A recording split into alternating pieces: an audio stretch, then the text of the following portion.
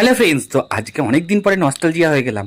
কারণ ছোটোবেলায় এগুলো প্রচুর খেয়েছি আমরা। আজকে হঠাৎ দেখতে পেলাম বহু বছর পরে এই যে চিটোলাকে আমরা চিটোলা বলতাম। এটা খুব মিষ্টি আর ওই চিটচিট মতন হয়, দাঁতে জড়িয়ে যায়, কিন্তু খুব খেতে ভালো লাগে। আর এই দিয়ে আগে আমরা ঘড়ি, গলার হার এসব করে করে খেতাম, মানে করে বানিয়ে দিত আর আমরা খেতাম। তখন 2 টাকা 3 টাকা করে ছিল, 1 টাকা 2 টাকা 3 টাকা এরকম বিক্রি হতো। এখন 10 টাকা করে হয়ে গেছে। তো যাই হোক, এখন সব কিছুর সঙ্গে এটার দামও তো বাড়বে, আর এটা বহু পুরনো একটা জিনিস। আমরা ছোটোবেলায় প্রচুর খেয়েছি। কে কে খেয়েছো অবশ্যই কিন্তু কমেন্টসে জানাবে। আর তোমরা কী নামে এটাকে জানো, মানে তোমাদের ওখানে কী নামে পরিচিত এই জিনিসটা? এই হাওয়াই মিঠাই একটা রয়েছে, যেটা হচ্ছে ক্যান্ডি।